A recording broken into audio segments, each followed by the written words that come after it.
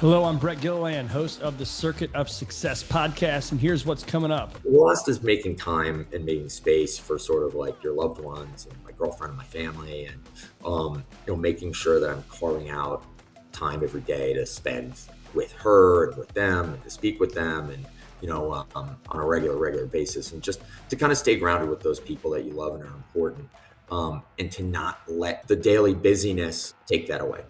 Welcome to the Circuit of Success. I'm your host, Brett Gilliland, and today I've got Ryan Lewendon with me. Ryan, how you doing? Great. I'm doing great, Brett. Thanks for having me. I'm excited to be here. Absolutely, man. You're coming to us from New York City today. Is that correct? That is right. I'm in Manhattan at my apartment. Just pumped to speak. Awesome, man. Well, I know you also have an office in California as well. Giannuzzi Lewendon Law Firm. It's a high growth food, beverage, and personal care industries is who you guys are serving. You guys founded it in 2011. You represent over 1,000 consumer products. And here's the one that my kids were excited about. I told you before we started recording. It says, most notably, Ryan represented BodyArmor in Coca-Cola's largest ever brand acquisition, with Coca-Cola purchasing the remainder of BodyArmor for $5.6 billion at an enterprise value of $8 billion. Man, talk about that a little bit, man, because that doesn't just happen overnight. So that was a long journey, I'm sure, right? Yeah. I mean, my firm, Giannuzzi Lewendon, we differentiate ourselves in really two ways. One, we're contextual experts in consumer, right? So we only work with consumer brands. We only work on the brand side, and it's all sort of everything topical or ingestible. So that's food, that's beverage, that's spirits, that's baby, that's pet, that's beauty, right? And I got into the industry through vitamin water. So my partner Nick and I were the first lawyers for vitamin water, and we did everything for vitamin water, from every round of financing, every distribution agreement, manufacturing agreement, every celebrity partnership. 50 Cent's deal with vitamin water, where he had his own flavor and equity in the brand, was one of my first deals at a law school. And Jennifer Aniston's deal, which became, with Smart Water, that became one of the longest running CPG partnerships of all time. I think it went over 15 years after the sale to Coke. We did everything through the sale to Coke for $4.8 billion in 2007. And from there, we realized we had this great perspective on how to grow and scale a CPG business from the ground up, right?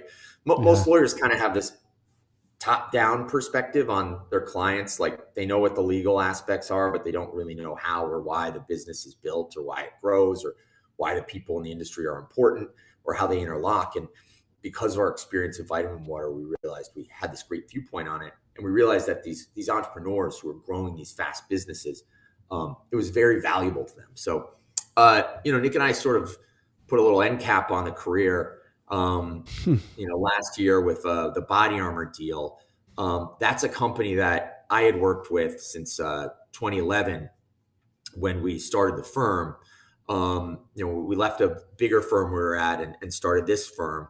And, it was a great experience, just from, everything from, the Kobe deal to the Keurig Dr. Pepper deal to the Coke deal.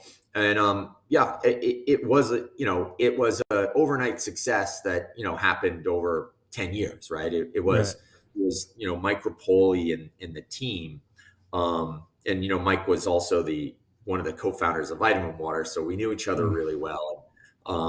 Just a great prolific entrepreneur who, one of his sayings is, success is best when shared, right? And he's someone that I would say kind of proliferated the tech concept in CPG of sort of like paying everyone in options and making sure everyone was sort of, an equity owner in the business. And, we carried that over from vitamin water to BodyArmor. And when that company sold, made a couple billionaires, maybe I think maybe 10 or 20, 100 millionaires, but it made over 800 millionaires on that cap table. Wow. And those were all employees, right? They were all employees and former employees and service providers. And there was almost no private equity in that business whatsoever. Wow. It was all basically individuals on that cap table. And so, you just see the redistribution of wealth from that one deal was so immense and changed a lot of people's lives.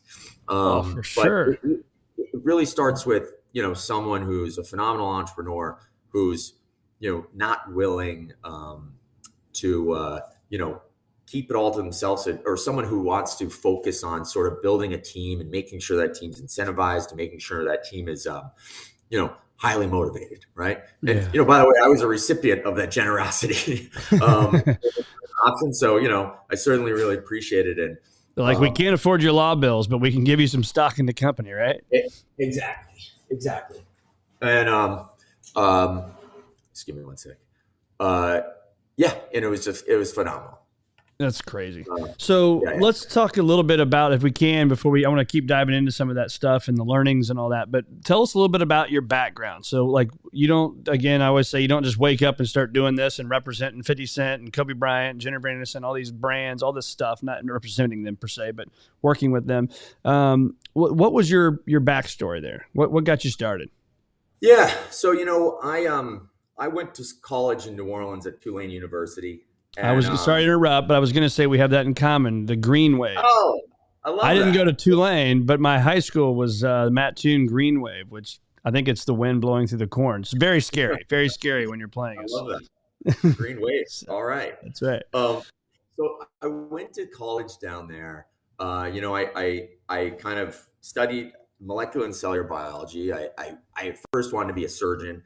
I realized that, pretty early on that I don't like dissecting people. So that was going to be somewhat of an impediment to Right. continuing that. Yeah. And then, it's sort of like I worked at a research lab in genetics and over a summer, and I realized I wanted to do something a bit more people facing, right? I wanted something where I interacted with people a bit more. So, around my senior year, I'd been working at a bar and I ended up running it my senior year and a year after college. And I was kind of trying to figure out, what do you want to do?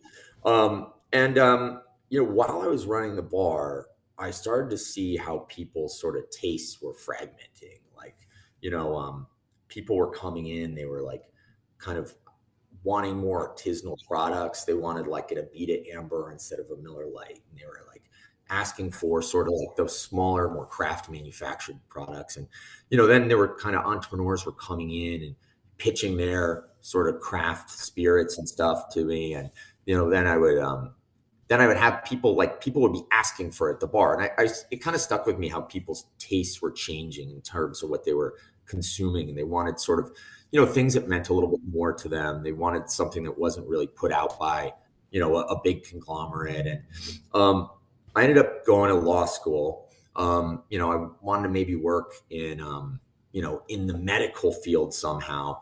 And, when I got out of law school on the corporate side, I basically got this job working for my now partner, Nick. And, the vitamin water, when like that was an early client, that kind of stuck with me. I realized, oh yeah, this is something, I've seen it a little bit, and this is something where people's tastes are changing. So, I lobbied to get myself on the account. And, working on the vitamin water stuff was basically my education, how to sort of scale and grow a CPG business. And, luckily after that sold, Nick and I went to our first trade show together. It was in Boston in 2008. It was Expo East, and we kind of like, had an idea like, hey, maybe there's more people who need this type of, representation, right? Need like a Right. brand first representation or a founder first representation. And we walked that show and we're like, hey, we're lawyers. Does anyone need a lawyer?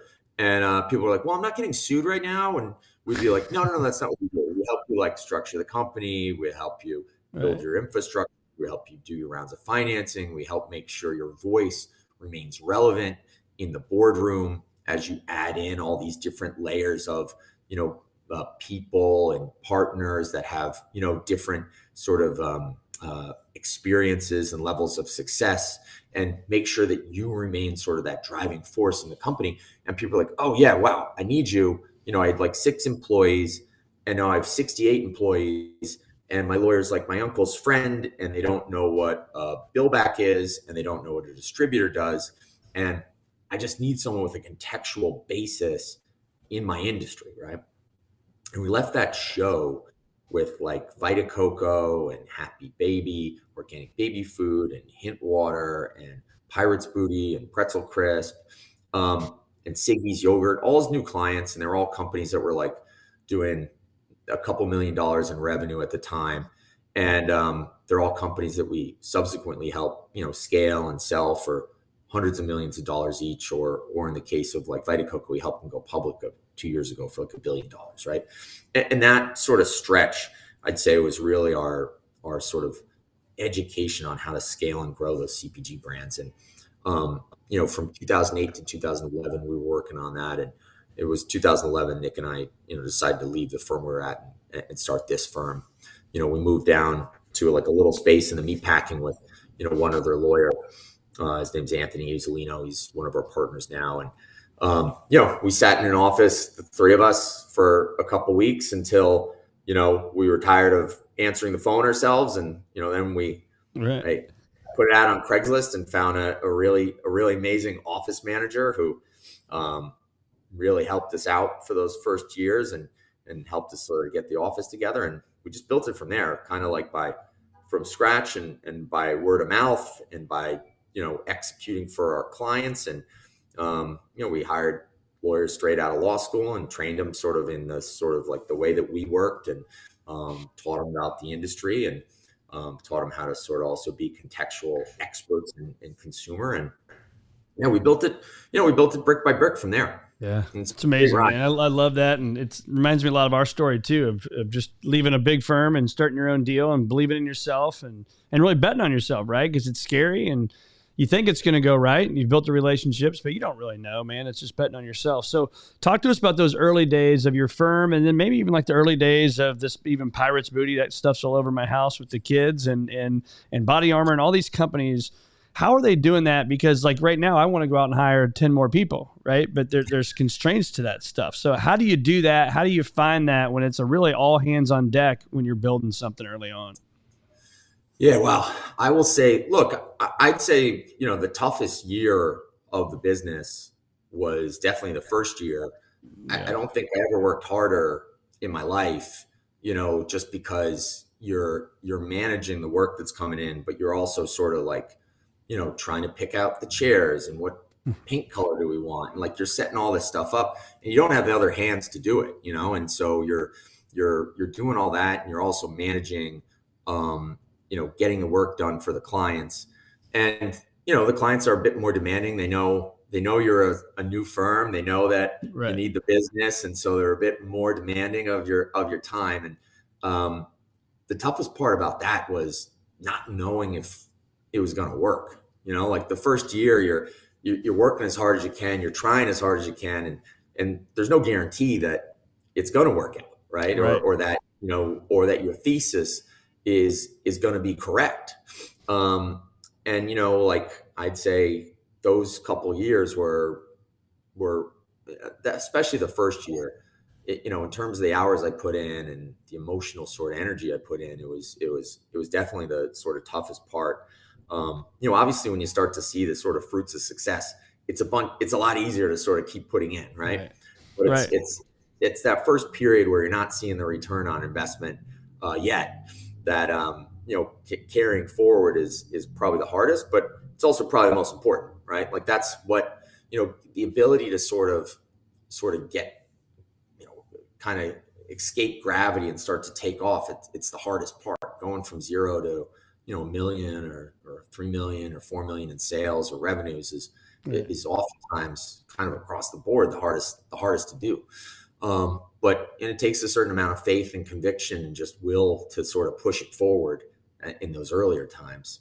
And, I'd say that like we worked until, everybody was working till 11 or 12 at night. And then, when you realize you were doing that for like a month, then you'd hire another person. Right. But the first couple hires we hired purely out of like critical mass. Right. And it was like, hey, because especially in the earlier times, you don't want to hire somebody and, not have enough work for them or think, hey, this is a little blip and it's going to go away. But, we would work and, when we realized that we were sort of at a space where, the work was steady and we were working too hard. We put another person in, and then then we made it work. We made sure to keep it busy enough, and being efficient in those couple days, in those first couple of years, and the first couple hires is so critical to businesses, right? And I think that a lot of people think, hey, you're going to start a business and it's going to be it's going to be fun, which it is, Right. but nobody really prepares you for, especially if you're coming from like a bigger place where you have a lot of infrastructure. Yeah. Nobody really prepares you for sort of doing everything, right? Like answering the phone and being the one to take out the garbage and being the one to grab the coffees, in addition to sort of making the deals and all that type of stuff. But and I see that, like, what's outside of my own experience with the firm, like I've seen the Pirates Booties of the world and the Vita Cocos of the world and the Mary Ruth's Organics of the world, when they're earlier on.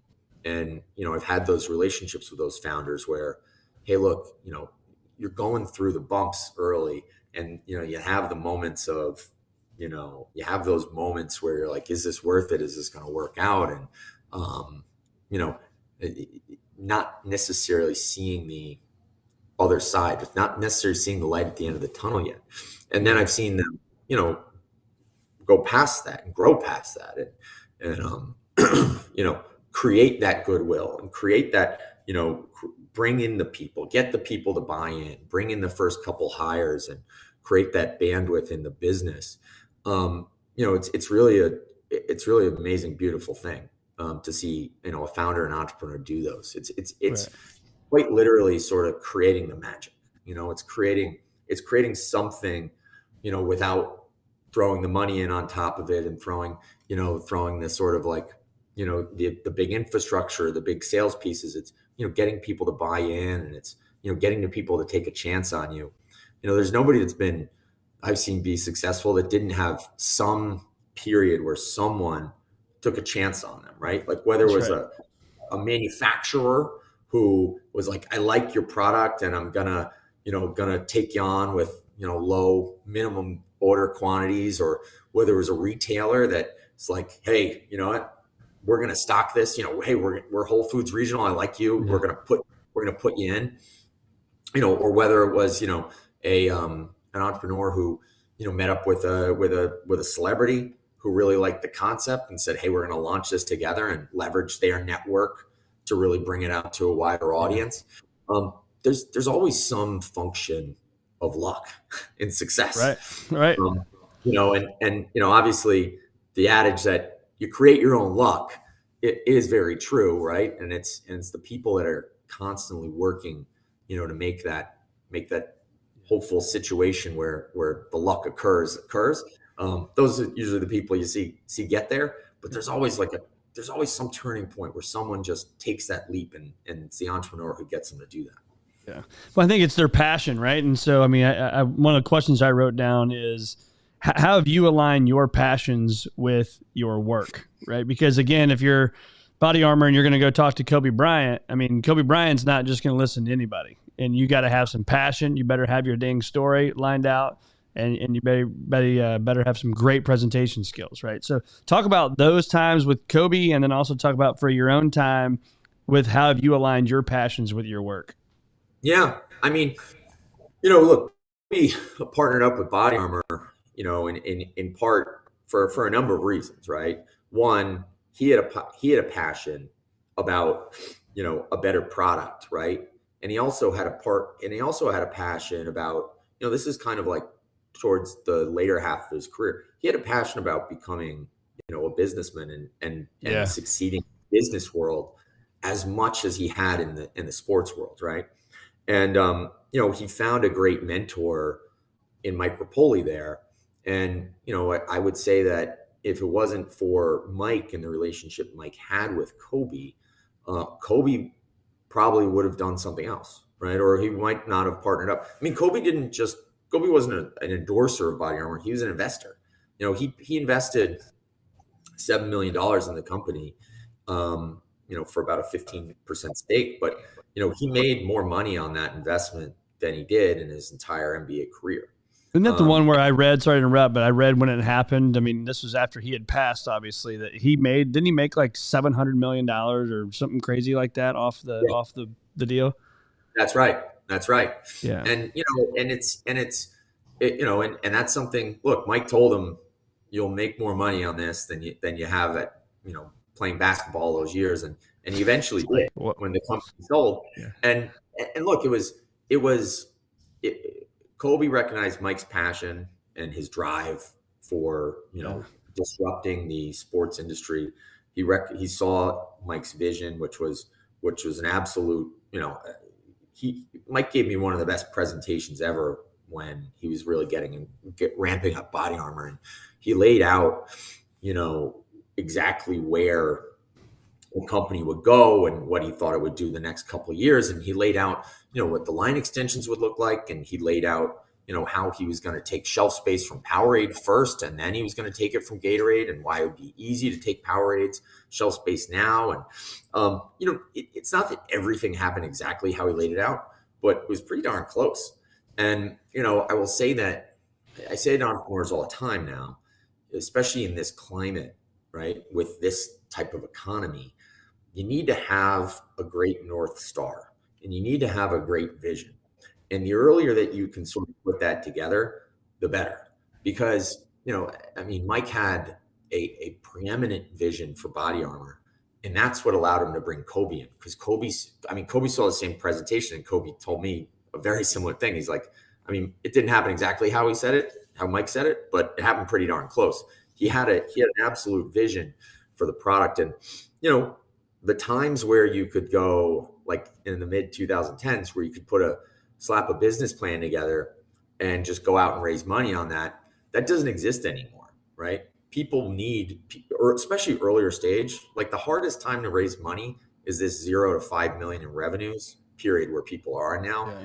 And like, if you don't have a great vision for the product, if you don't have an idea about where you want it to go, if you don't have like a villain that you're like, matching up against or trying to take down, people aren't going to sign up like for your company at this stage. Like, people are much more risk averse. So, you got to have that passion, and you got to have that sort of vision for a business these days, especially if you're sort of in that startup world, more so than you needed to sort of 10 years ago or so. Right. But, in terms of my passions, look, I love health and wellness. I ran track. I love the products that I work with. I love entrepreneurship.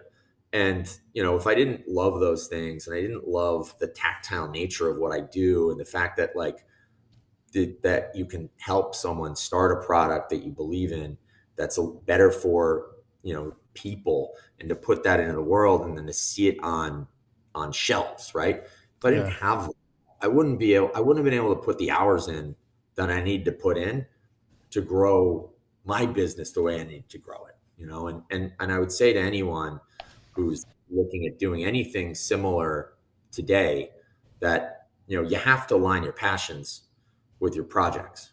You have to align your passion with your work, because, it's in an economy like this, and, that's uncertain and going into a recession, and where people are sort of more fickle with the risks that they're taking, people are going to be betting on, and people are going to be working on with the passionate people, right? The people who, are doing this for more than just the paycheck, right? They're doing it for, something else, right? They're doing it for the personal reward. It's just, I don't think in today's world where, you're looking to start a business, and it's clear that you're only looking to do it to be able to sell it in a couple of years or whatnot. Yeah. You're not going to get the support behind you that you would be able to get in better times, right? Yeah. You gotta be doing it for more than that. Yeah. People want to be around a brand, don't they? They want to be around something that they can, have some legacy with, I think.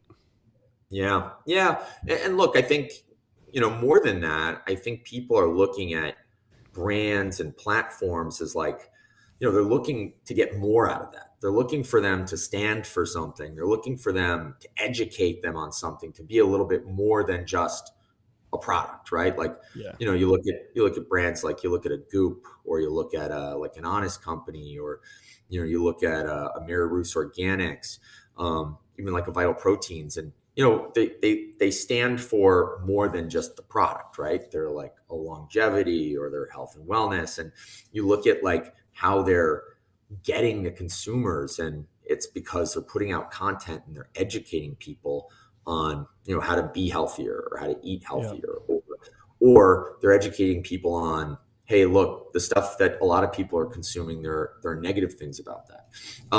And so, like, I do think today's world, people are looking more for like platformy type brands that can sort of mean a lot more for them, right?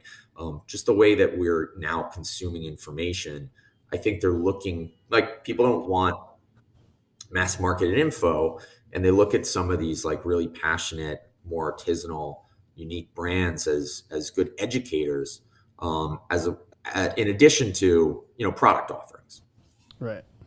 So let's talk about, you mentioned this kind of briefly. You didn't say these words, but I hear daily habits. So if I followed you around every day and I see the things that you do, whether it's personal, professional, whatever it is, what are those habits that are locked in for you that are happening every single day?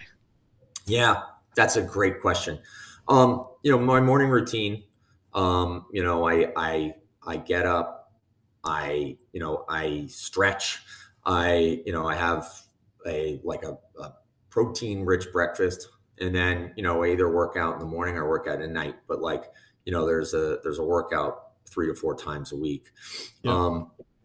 It's the habits of, especially at night, and then on the other end at night, it's taking time and putting down the phone at some point, and like taking a time to disconnect from the constant communication, and to get a night's sleep, right? Like, my habits on sleep have improved like since my 20s exponentially.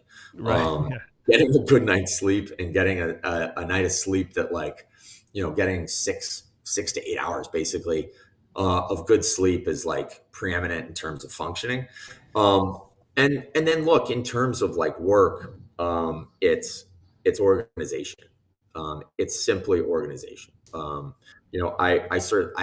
got a practice that's very high volume. We've got over 1,500 companies that we work with in the consumer Wow. space, and of various sizes, right? Of companies that are doing $1 billion in revenue to hundreds of millions of dollars of revenue, and all the way down to someone who's like kind of just starting a business and having an idea in their head. And they both require similar but different levels of attention and detail and time.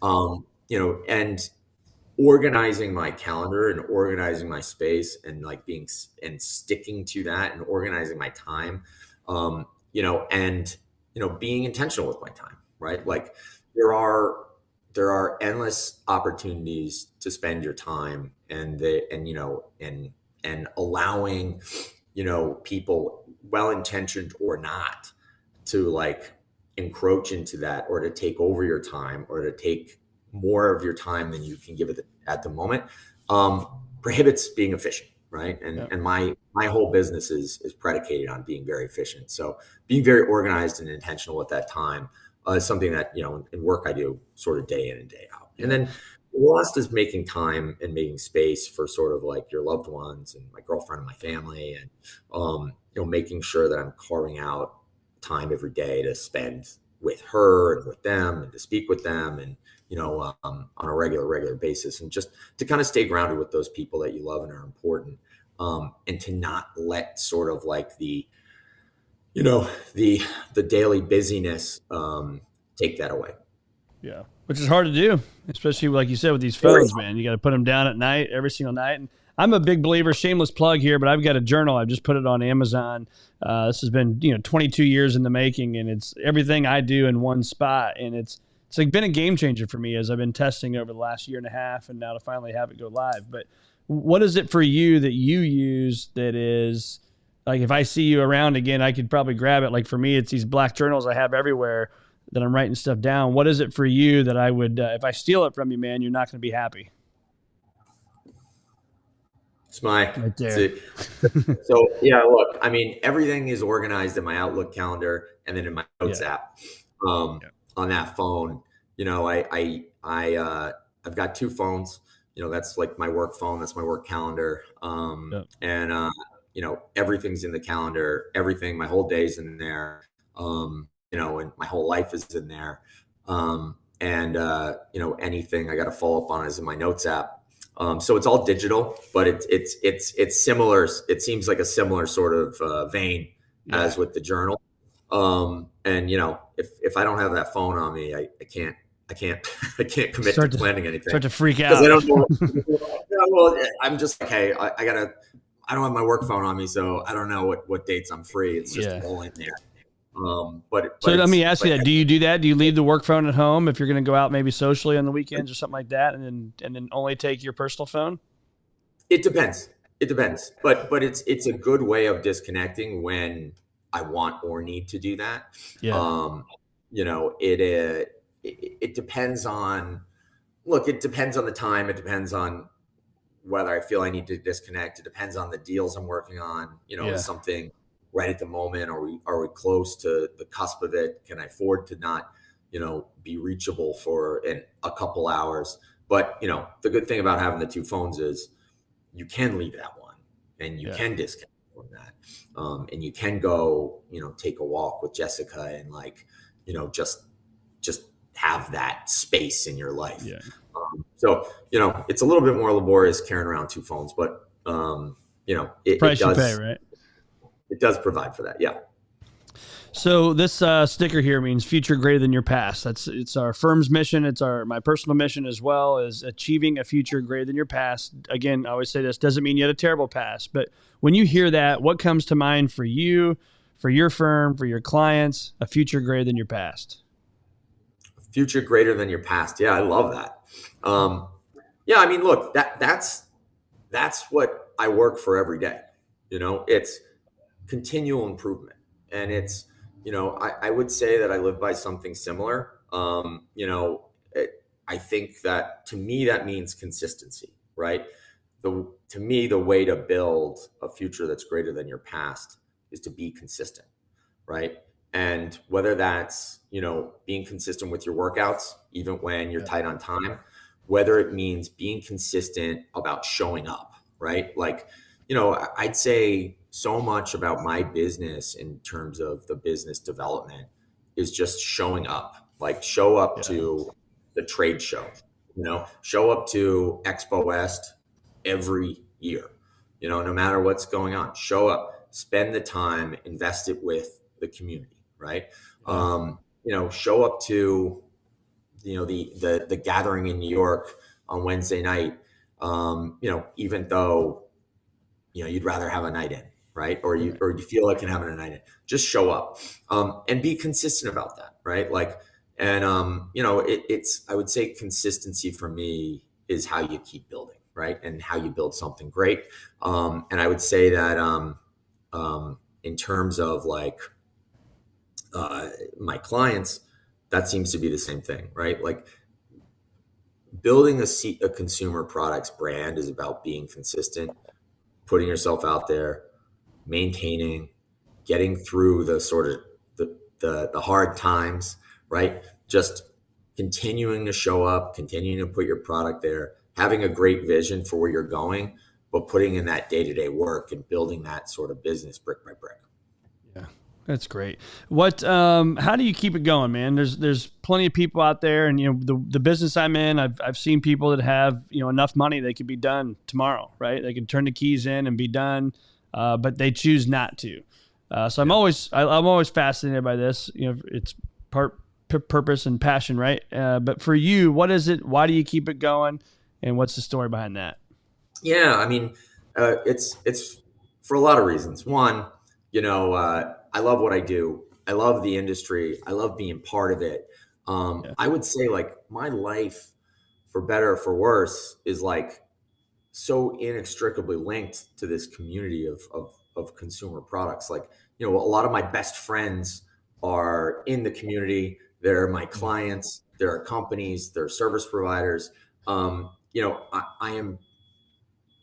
I interact face with it, like, when I'm not working and when I am Even for working, fun.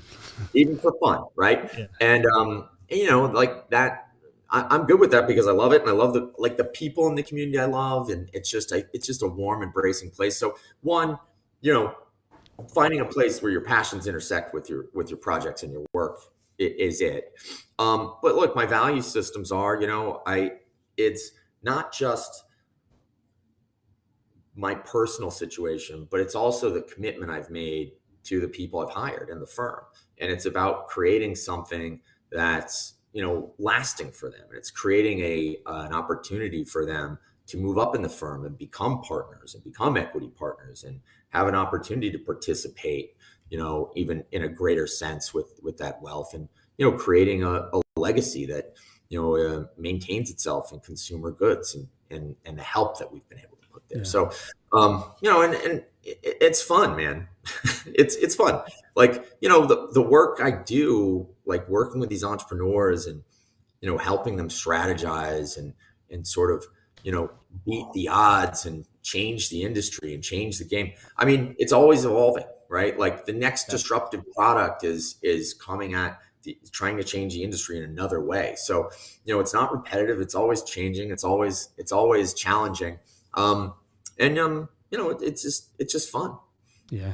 And you say that it's one of I have 6 F's I talk about all the time. Is your faith, your family, your fitness, your fun, right? Your firm, and your finances. And I think, man, if I can't have fun walking around here every day, doing what I do and having fun with my clients, why in the hell are you doing it? Right? Change it up, man. So those people that are listening, if you're not having fun, figure out how to have fun.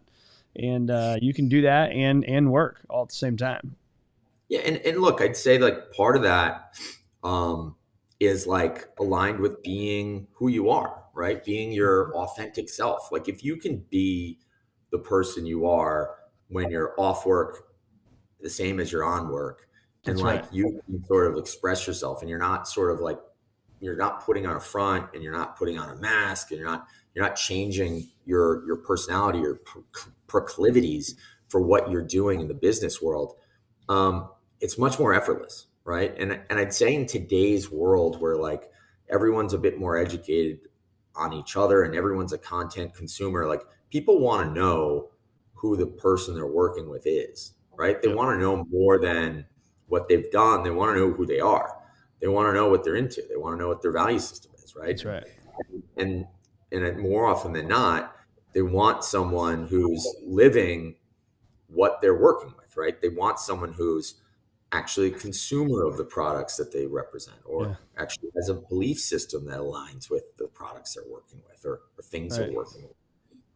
So, and I feel I've been able to do that in my job. I feel like that this industry and just who I am, and what I do in my work has been able to align pretty effortlessly. So, if you can find a way to do that, I think like the rest of the things that, is work for every single person, is a lot easier to achieve. Yeah.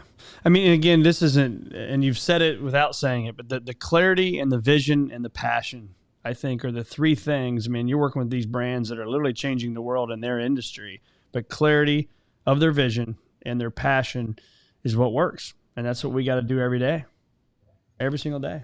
Totally agree. So this is a fun one I've been doing the last few guests. I'm going to have you pick a number between 1 and 10. I'm on your Instagram. So so 1 through 10, pick a number. 7. All right. And then 1 through 3, pick a number. 2. All right. So 2, this was a post. It says early morning run through the center of the universe. It's got a picture. Looks like of you in downtown New York, maybe down there. So let's talk about that, man. I'm randomly just picking pictures on somebody's Instagram page. Talk to me about that. Why did that post hit you? Why did you share it with the world? Oh man, I think at the time, I love, first of all, I love New York City. I've lived here since 2004. And I live downtown, and I'm in Soho, and our office is in the meatpacking. And like many people who live downtown, I'm sort of in my little microcosm down there. Yeah. But I was up in Times Square, and like, sometimes even as a New Yorker since 2004, you stop for a moment and you look and you see like the awe of New York and how inspiring it is. And even like Times Square there's some beauty to it and its size and its scale and the people. And I remember running through there, and I think I stopped at a stoplight, and I just saw that, and I saw the people, and the sun was kind of setting, and I just fell in love with New York again, and every New Yorker has those moments where you've been in New York and your head's down, and you're working and you're moving fast. Every once in a while you pick your head up and you look around you and you feel why you love New York City. And that's what did it right there. Yeah, that was a good moment. I love that, man. And you can see your passion. I mean, you lit up, man. You're smiling, you're fired up about it. And that's cool. I'm glad I asked that. So let me ask you another question. And this is, I'm always curious about this. I've never asked this, so I'm going to ask it and be very vulnerable about it. But we don't know each other, right? We don't have a relationship. I randomly reach out to you. I can't remember if it's through Instagram or LinkedIn, but we got connected. I see your story. It's amazing. You've got 1,500 companies you said you represent. Why in the hell are you spending time with me and our listeners and giving of your time and doing that and sharing your story? Yeah, that's a great question. Well, first, I think what you're doing on the podcast is great. When I reached out, I saw it. I thought it was really cool. But it's kind of what I alluded to before. It's just about showing up. Like you said, we don't know each other. We hadn't really met before. You're someone I don't have a relationship with yet. And you probably have a viewer base that I haven't met yet. And it's just continuing to expose yourself and connect with new people, right? Like, I work in this consumer goods space, which is a relatively small industry. And it's very easy if you don't continue to step outside yourself and outside your current circles to find yourself in like echo chambers. So I'm always trying to step outside that and to meet new people and to meet new groups, and to continuously, not be in situations where you're imminently comfortable because you're known and everyone, right? Yeah. I love being in rooms where I don't know everyone or I don't know anyone, right? And I love, the opportunity to learn more about people and to learn more about new groups and new experiences, new instances. And I think that's the way you grow, right? I think if you don't do that, you start to sort of stagnate, or you start to be around the same people with all the same ideas. You really run the risk of missing something good. Yeah, that's in line with so I'm 45, but when I turned 40, I wrote down my 40 things I'd learned in business. And one of them was take the lunch, right? Just take the lunch. You never know. I mean, how many times have you been called and said, I got this next idea, right? And they want to take this big shot guy. He's helped all these people, but you never know, man. You take the lunch and sometimes nothing happens, right? Sometimes you take the lunch and you sell a deal for $8 billion, right? Whatever. But you got to take the lunch and you got to show up, is what you said. So I love it. Where do our listeners find more of you, Ryan? Where do we send people? Yeah. Well, you're just on my Instagram. My Instagram's just Ryan Lewendon, RyanLewendon. Our firm's website is www.gllaw.us. And my email is Ryan, Ryan, @gllaw.us. Feel free to email me or hit me up on LinkedIn, or any of the above. But, always happy to sort of speak to new people and get connected. Awesome, man. Well, thanks, Ryan, for being with us. What a ton of takeaways for me, man. I got a couple pages of notes here. So I appreciate your time and joining me on the Circuit of Success. Thanks so much. I had a great time. Appreciate it.